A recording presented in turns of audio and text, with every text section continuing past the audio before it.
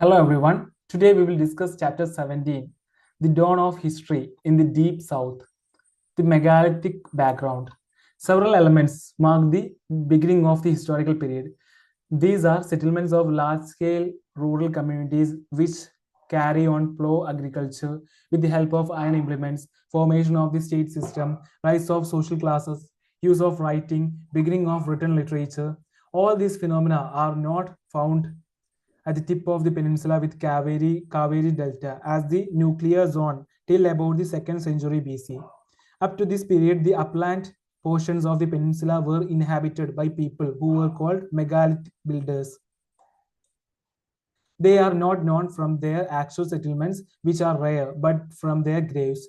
These graves are called megaliths because they were encircled by a big pieces of stone. They contain not only the skeletons of people who were buried, but also pottery and iron objects. The people used various types of pottery, but black and red ware seems to have been popular with them. Obviously, the practice of burying goods in the graves with the dead bodies was based on the belief that the dead would need all those in the next world.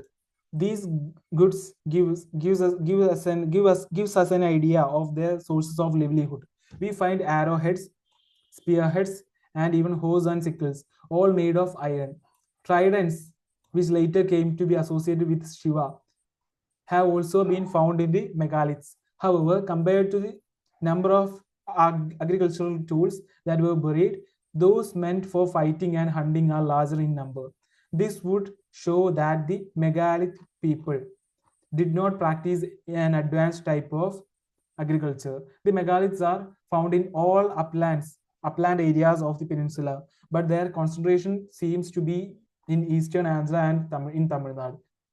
Their beginnings can be traced to circa 1000 BC, but in many cases, the megalithic phase lasted from about the 5th to 5th to 1st century BC. In a few places, this phase persisted even up to the early centuries of the Christian era. The Cholas, Pandyas, and Cheras mentioned in Ashokan inscriptions were probably in the megalithic phase of the material culture. The megalithic people in the southern districts of Tamil Nadu had certain peculiar characteristics. They buried the skeletons of dead in urns made of red pottery in pits. In many cases, these urns were not surrounded by stone circles, and grave goods were not too many. The practice of urn burial was different from the cist burial or pit burial, surrounded by stone circles, which practice prevailed in the Krishna Godavari Valley. But in any case, in spite of the use of iron, the megalithic people depended partly for settlements and burials on the slopes of the hills. Although the megalithic people produced paddy and ragi, apparently the area of cultivable land used by them was very limited, and generally they did not settle on the plains or the lowlands. By the beginning of the Christian era, or probably a little earlier, these people moved from the uplands into fertile river basins and reclaimed marshy deltaic areas. 17.1 figure shows megalithic burial. Okay. Under the stimulus of the contact with the elements of material culture brought from the north to the extreme end of the peninsula by traders, conquerors and Jaina and Buddhist missionaries, they came to practice wet pad cultivation, founded numerous villages and towns, and came to have social class. All this created conditions for the rise of state systems in the deep south, whose history from the 1st century AD can be constructed on the basis of written records, supplemented by Greek and Roman accounts and by archaeology. Three early kingdoms. The southern end of the Indian peninsula, situated south of the Krishna River, was divided into three kingdoms: Chola, Pandya, and Chera or Kerala. The Pandyas are first mentioned by Megasthenes, who says that their kingdom was celebrated for pearls. He also speaks of its being ruled by a woman and states that 7-year-old mothers were found in the Pandya country. All this sounds exaggerated but suggests that the Pandya society was matriarchal. The Cholas, Pandyas, and Cheras, all the three are mentioned in the inscriptions of Ashoka. in the 3rd century BC. But it is clear that their territories lay outside the Maurya Empire in modern Tamil Nadu and Kerala. The Pandya territory occupied the southernmost and the southeast portion of the Indian Peninsula, and it roughly included the modern districts of Tirunelveli, Ramnad, and Madurai in Tamil Nadu. It had its capital at Madurai, which was the Tamil word for Mathura. The literature compiled in Tamil academies in the early centuries of the Christian era and called the Sangam literature refers to the Pandya rulers, but it does not give any connected account. One or two Pandya conquerors are mentioned. However, it is evident from this literature that the country was wealthy and prosperous. The Pandya kings profited from trade with Roman Empire and sent embassies to the Roman Emperor Augustus. The Brahmanas enjoyed considerable influence, and the Pandya kings performed Vedic sacrifices in the early centuries of the Christian era. The Chola kingdom was called Chola Mandalam or Coromandel. It was situated to the northeast of the territory of the Pandyas between Pennar and Velur rivers. We have some idea of the political history of the Cholas, whose chief center of political power lay at Urayur, a famous place for cotton trade. It seems that in the middle of the 2nd century BC, a Chola king named Ilara conquered Sri Lanka and ruled over it for nearly 50 years. A firmer history of the Cholas begins in the 2nd century AD with their famous king Karikala, who flourished around AD 100. He founded Puhar. Karikala founded Puhar and constructed 160 kilometers of the embankment along the Kaveri River. This was built with the labor of 12,000 slaves who were brought as captives from Sri Lanka. Puhar is identical with Kaveri Pattanam, which was the Chola capital. It was a great center of trade and commerce, and excavations show that it had a large dock. Okay. Kaveri Pattanam had a large dock. One of the main sources of the wealth of Cholas was trade in cotton cloth.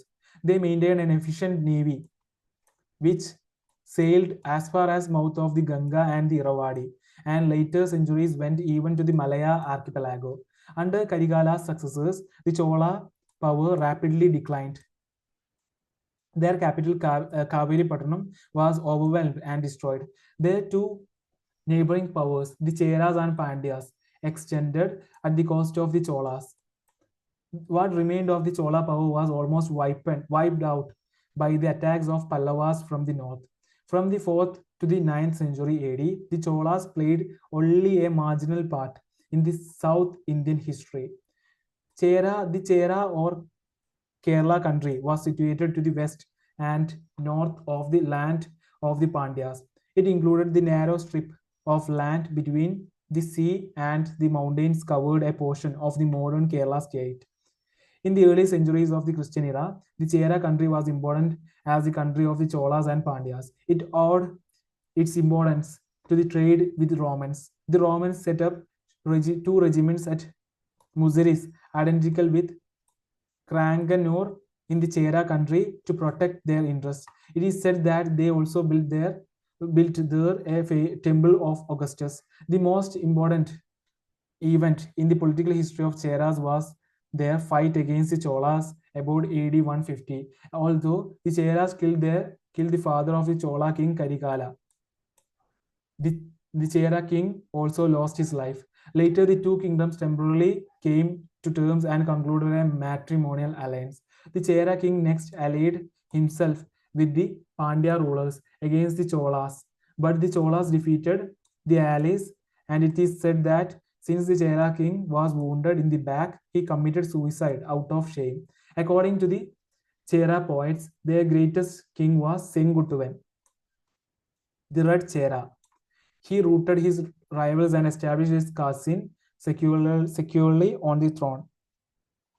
It is said that he invaded the north and crossed the Ganga. Sengutuvan invaded north and crossed the Ganga, but all this seems to be exaggerated. Okay, 17.2 shows objects of carved ivory belonging to the early centuries of the Christian era. Okay. After the second century AD, the Chera power declined, and we had nothing of its history again till the 18th century AD.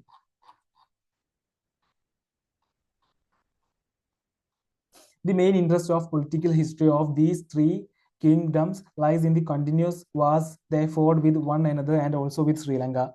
Although the wars weakened these states, they they very much profited from their natural resources and foreign trade. These kingdoms were immensely rich. They grew spices, especially pepper, which was in great demand in the Western world.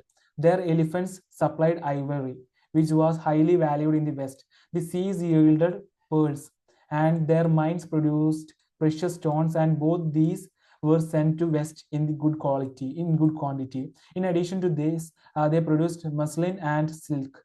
We hear of cotton cloth as thin as the slough of snake.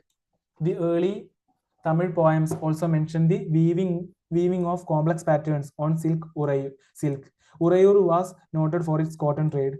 From very early times, the Tamils traded with Greek or Hellenistic kingdom of Egypt and Arabia on the one side, with the Malaya archipelago, and from there with China on the other. As a result of trade, the words for rice, ginger, cinnamon, and several other articles in Greek language were derived from Tamil language.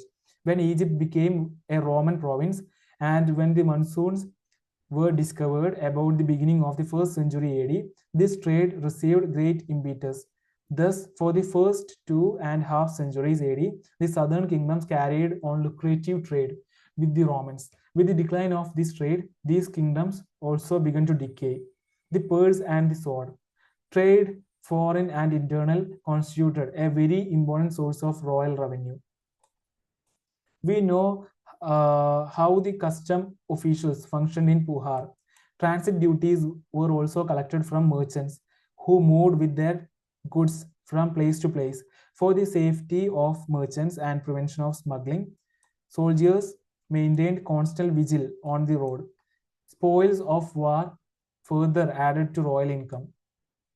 But the real foundation of war and polity lay in regular income from agriculture. The share of the agricultural produce claimed and collected by the king is not specified. The tip of the peninsula and the adjacent regions were extremely fertile. The land produced paddy, ragi, and sugarcane. It was said that Kaveri Delta, that the space in which an elephant could lie down, produced enough to feed 7 persons. In addition to this, the Tamil region produced grains, fruit, pepper, turmeric, okay, and turmeric. It seems that the king had a share in all this produce. Apparently, out of the taxes collected from the peasantry, the state maintained a regular army. It consisted of chariots drawn by oxen, of elephants, cavalry, and infantry. Elephants played an important part in the war. Horses were imported by sea into the Pandya kingdom. The nobles and princes or captains of army rode on elephants, and the commanders drove on chariots. The foot soldiers and horsemen wore leather sandals for the protection of their feet. Rise of social class. Taxes enabled the king not only to maintain a professional army but also to pay the poets and priests, who were mainly Brahmanas. The Brahmanas appear in this Tamil land in the Sangam age. The Brahmanas first appear in the Tamil land in the Sangam age. An ideal king was one who never heard Brahmanas. Many Brahmanas functioned as poets, and in this role they were generously rewarded by the king. Karigala is said to have given one poet 16 lakh gold pieces. Besides gold, the poets also received cash, lands,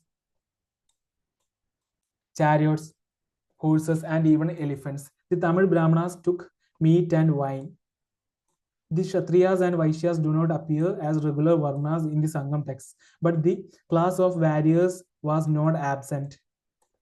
The captains of the army were invested with the title of Enadi at a formal ceremony. Civil and military offices were held under the both Cholas and Pandyas by Vallalas or rich peasants. Vallalas or rich peasants. The ruling caste was called Arasa. and its members had marriage relations with the Vallalas, who constituted the fourth caste. They held the bulk of the land and thus constituted the peasantry, divided into rich and poor. The rich did not plow the land themselves but employed laborers for this purpose. Agriculture operations were generally carried on by women on the lowest caste, Kadaisiar, whose status appears to have differed little from that of the slave. Besides agricultural laborers, we come across low class artisans. To this category belong the Pulayans, who made rope charpais and used animal skins as mats. Several outcasts and forest tribes suffered from extreme poverty and lived from hand to mouth. We notice sharp social inequalities in the age of the Sangam. The rich lived in houses of brick and mortar, and the poor in huts and humbler structures. In the cities, the rich merchants lived in the upper story of their houses, but it is not clear whether rights and religion were used to maintain social inequalities. We notice the dominance of Brahmanas and the ruling caste, but acute caste distinctions which appeared in later times are lacking in the early Sangam age. Beginnings of Brahmanism. The state and society were formed in the Tamil land in the early centuries of the Christian era, developed under the impact of Brahmanism. But the Brahmanical influence was confined to a small part of the Tamil territory and only to the upper levels of Tamil society in that area. The kings performed the Vedic sacrifices. The Brahmanas, who were the followers of the Vedas, carried on disputations, possibly with the Jainas and the Buddhists. But the chief local god worshipped by the people was Murugan, who was also called Subramanya. The worship of Vishnu, also mentioned, although it may have been a later practice. The megalithic practice of providing for the dead continued. People offered paddy to the dead. Cremation was introduced, but inhumation followed in the megalithic phase was not abandoned. Tamil language and Sangam literature. All that has been stated above about the life of the Tamils in the beginning of the historical period is based on the Sangam literature. As shown earlier, the Sangam was a college of assembly of Tamil poets held probably under the royal patronage, but we do not know the number of Sangams or the period for which they were held. It is stated in a Tamil commentary of the middle of the 8th century AD that 3 Sangams lasted for 9,990 years. They were attended by 8,598 poets and had 197 Pandya kings as patrons. All this is wild exaggeration. All that can be said is that Sangam was held under royal patronage in Madurai. The available Sangam literature, which was produced by these assemblies, was compiled in circa AD 300 to 600. The early, middle, and last strata of the texts are yet to be clearly identified, but they contain descriptions which tally with what we know from the Greek and Roman accounts and from archaeology. There is no doubt that the art of writing was known to the Tamils before the beginning of the Christian era. More than 75 short inscriptions in the Brahmi script have been found in natural caves, mainly in the Madurai region. They provide the specimen of the earliest form of Tamil mixed Prakrит forms. They belong to the first centuries BC, when the Jaina and Buddhist missionaries appeared in this area. Inscribed potsherds during recent excavations have been found at several places, and they provide examples of Tamil in the beginning of the Christian era. It is therefore no wonder that considerable Sangam literature was produced in the early centuries of the Christian era, although it was finally compiled by AD 600. Okay, we have covered chapter 17. In the next video, we will discuss chapter 18, crafts, trades, and towns in the post-Mauryan age. Okay, thank you for listening me. We'll see you next class. Thank you very much.